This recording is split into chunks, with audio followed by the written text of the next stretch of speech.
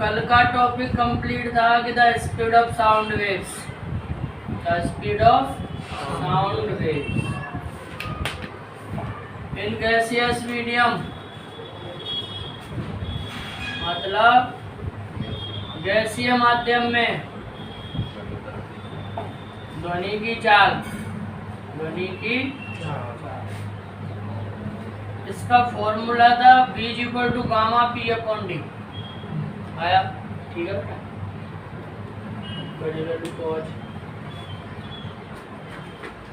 अब gamma P/D बेटा, इसमें गामा क्या है? CP/CV,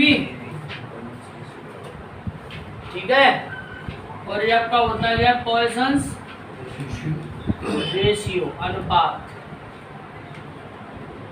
अब सबको पता है एक परमाणु का अगर गैस हो, एक परमाणु का मतलब होता है मोनोएटॉमिक। तो इसमें गामा की वैल्यू कितनी आएगी? ये आएगी आपकी 5/3, तो 1.67। और अगर गैस आपकी डाई एटॉमिक हो, द्विपरमाणु को, तो गामा = 1 + 2/5, तो ये आएगी 7/5 = 1.4, ठीक है बेटा। और अगर बहुपरमाणु को, मतलब पॉली एटॉमिक हो, पॉली एटॉमिक का मतलब बहुपरमाणु, तो गामा = 1 + 2/6, तो ये आ जाएगी 4/3 = 1.3।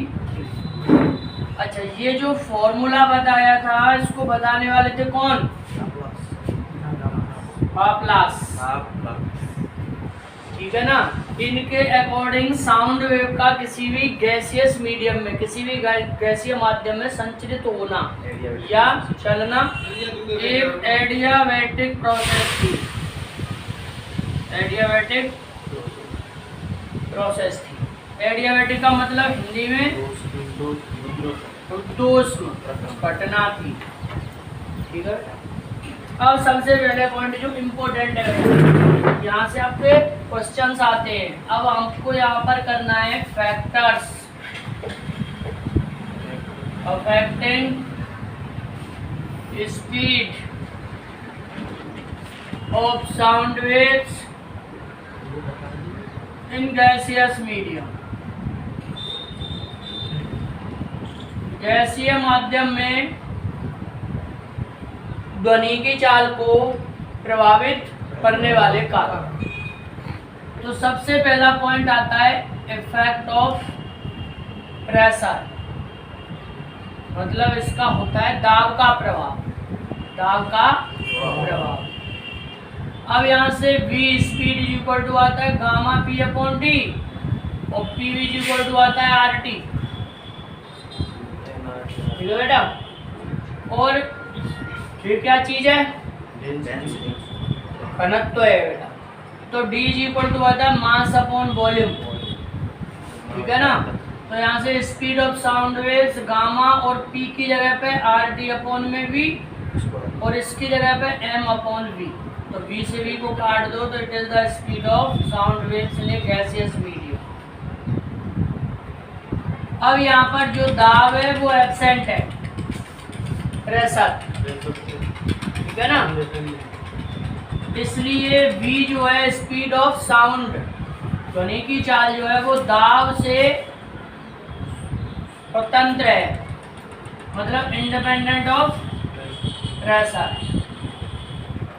Speed of sound. इसका मतलब हुआ कि अगर किसी गैस का दाब आपने दोगुना कर दिया तो उस गैस में ध्वनि की चाल पर क्या प्रभाव पड़ेगा? अदर फैक्टर्स अगर कांस्टेंट है तो, मतलब अन्य कारक अगर स्थिर है और अगर दाब को तुमने दोगुना किया है तो ध्वनि की चाल पर क्या प्रभाव पड़ेगा? आंसर आएगा अनचेंज्ड।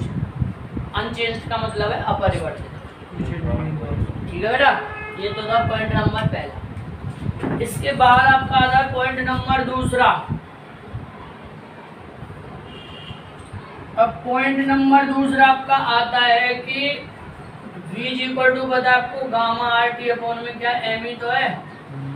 अगर ये तीनों चीज अगर कांस्टेंट हो जाए कांस्टेंट हो जाए तो v will be inversely to under root m। इसका मतलब है कि v1 upon v2 is equal to root में m को अपॉन में m। ठीक है भाई। तीसरा फैक्टर है एट टेम्परेचर, इसका मतलब है तापमान। ठीक है बेटा। अब यहाँ से आपका because v is equal to आ रहा है गामा rt अपॉन में m। अगर इन तीनों चीज को हम कांस्टेंट मानते हैं तो इसका मतलब है v is directly to root t। अब ये क्या है, अंडर रूट t क्या होता है, परम ताप। परम ताप का मतलब है एब्सोल्यूट टेम्परेचर। और इसकी वैल्यू आती है capital T equal to small t plus 273.16, है ना बेटा। ठीक है। अब यहाँ से अगर मैं मानता हूँ यहाँ पे पॉइंट का v1 इज इक्वल टू, मैंने मान लिया यहाँ पे v नोट, और v नोट का मतलब क्या है, स्पीड एट 0 सेल्सियस, मतलब 0 सेल्सियस पर चाल है। ठीक है बेटा। और v2 इज इक्वल टू यहाँ पर vt है, vt का अर्थ है स्पीड एट t सेल्सियस। ठीक है बेटा। तो यहाँ से आपका आ जाएगा t1 is equal to 0 plus 273.16, तो ये 273.16 आ जाएगा। हाँ। ठीक है बेटा। यहाँ से और t2 को मैं लिख सकता हूँ t प्लस 273.16। अब ये सारी वैल्यू अगर यहाँ पे पुट होती हैं तो v naught upon v t is equal to यहाँ पे आ जाएगा 273 प्लस 2 अपॉन में 273.16 प्लस टी। तो इसको सॉल्व करने के बाद में आती है यहाँ से v नोट और 1 प्लस 1/2, इसकी पावर हाफ है यहाँ पे 1/2 t अपॉन 273.16 ये आता है। अब अगर हम t की वैल्यू 1 सेल्सियस मानते हैं, अगर ताप को हम 1 सेल्सियस बढ़ाते हैं तो vt is equal to v naught की वैल्यू आती है 332 प्लस 332 इंटू 1 अपॉन 2 इंटू 273.16, तो vt is equal to 332.0.61 metre पर सेकंड। तो यहाँ पर इम्पोर्टेंट चीज क्या है कि अगर तुमने किसी गैस या गैसियस माध्यम का जो ताप अगर 1 सेल्सियस बढ़ा दिया तो स्पीड ऑफ साउंड 0.61 मीटर पर सेकंड बढ़ जाएगी। ये चीज बेटा इम्पोर्टेंट है यहाँ पे ज़्यादा। 1 सेल्सियस अगर तुम ताप बढ़ाते हो तो स्पीड ऑफ साउंड जो है वो 0.61 मीटर पर सेकंड बढ़ेगी। ठीक है 1 सेल्सियस। ठीक है, बंद करो।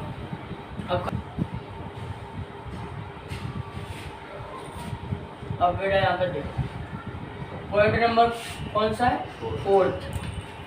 फोर्थ पॉइंट है यहाँ पे गैस के घनत्व पर, डेंसिटी ऑफ गैस। अब because v is equal to आपका क्या रहे, गामा p अपॉन क्या बेटा d है। ठीक है ना। इसका मतलब हुआ कि स्पीड ऑफ साउंड जो है वो ध्वनि की चाल है वो inversely to under root d।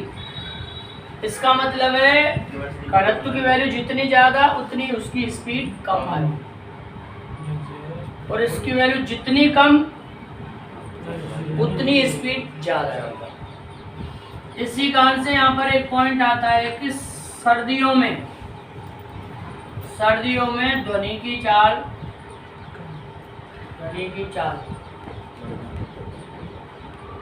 कम होती है, जबकि गर्मियों में अधिक होती है। क्यों होती है अधिक?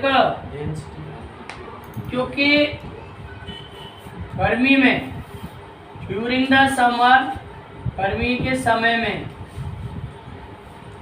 ह्यूमिडिटी, इसका अर्थ क्या होता है बेटा, आर्द्रता, मतलब वायु में जल वाष्प की मात्रा अधिक होती है बेटा। अगर जल वाष्प की मात्रा ज्यादा होती है तो इससे गैस का जो घनत्व पहले से हो जाता है कम। अगर ये कम हुआ तो इसका मतलब है चाल ज्यादा हो जाती है। ठीक है बेटा। During the summer humidity increases, मतलब बढ़ जाती है। ठीक है भाई। अब इसके बाद में इसी कार्ड से इसी में एक पॉइंट आता है कि तालाब के समीप ध्वनि की चाल अधिक होती है, ज्यादा। अरे के समीप ध्वनि की चाल बेटा,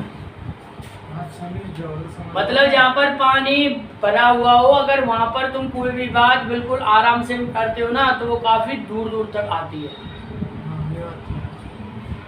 ठीक है, क्यों? क्योंकि पानी के समीप वहां पर मतलब जल वाष्प की मात्रा अधिक होती है, इस मतलब आर्द्रता, ह्यूमिडिटी। अगर आर्द्रता का मान अधिक होगा तो उस गैस का जो घनत्व है पहले से कम हो जाता है, इसलिए उसकी स्पीड बढ़ जाती है। ठीक है बेटा। इसके बाद 5वां पॉइंट आता है आपका, कौन सा? 5वां पॉइंट, स्पीड ऑफ एयर, हवा के वेग के कारण, हवा के वेग के कारण। इसमें क्या है, अगर हम यहाँ पर मानते हैं कि स्पीड ऑफ साउंड, ध्वनि की चाल है v0 और स्पीड ऑफ एयर, वायु की चाल है va। अगर जिधर एयर जा रही है और उधर ही अगर आवाज है, मतलब साउंड है, तो यहाँ पर total speed va plus v0 हो जाएगी। और अगर इधर एयर है और इधर है साउंड, तो यहाँ से स्पीड आपकी v0 माइनस va हो जाएगी। v0 माइनस va अर्थात जो साउंड की स्पीड है, उस साउंड की स्पीड में से आपकी एयर की स्पीड घटा दो।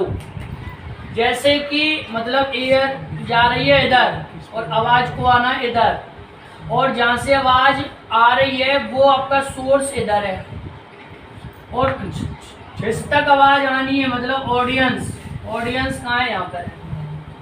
तो अगर एयर की स्पीड जो है वो अगर साउंड की स्पीड से ज़्यादा हुई तो v0 माइनस va की जो वैल्यू आएगी वो आएगी आपकी नेगेटिव में, पक्का।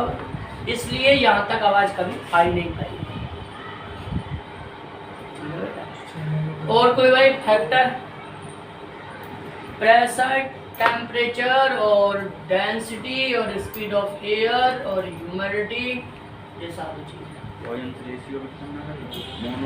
गामा, देखो गामा पे तो वो फिर के v = अंडर रूट में गामा RT/a में। जब ये सारी चीज़ें अगर कांस्टेंट है तो पहली बात तो बेटा ये अब के भाई गामा पे तो वो डिपेंड होगी। सबसे ज़्यादा जो गामा की वैल्यू होती है वो होती है एक परमाणु के लिए, मोनो एटॉमिक के लिए, जैसे हीलियम, आर्गन। और अगर गामा की वैल्यू सबसे ज़्यादा है तो मोनो एटॉमिक में वेलोसिटी ऑफ साउंड मतलब स्पीड ऑफ साउंड भी ज़्यादा होती है, ऐसा। और कोई फैक्टर है? यही आप। और यहाँ पर इम्पोर्टेंट चीज़ क्या है कि जो स्पीड ऑफ साउंड में मतलब किसी भी अगर गैसियस मीडियम में, किसी अगर गैसीय माध्यम में तुमने ताप अगर 1 सेल्सियस बढ़ा दिया तो जो स्पीड ऑफ साउंड है वो 0.61 मीटर पर सेकेंड बढ़ेगा। ठीक है, ये सारे factor affecting the speed of sound in gaseous medium, किसी भी गैसियस माध्यम में ध्वनि की चाल को प्रभावित करने वाले कारक। ठीक है ना, उदाहरण बंद कर।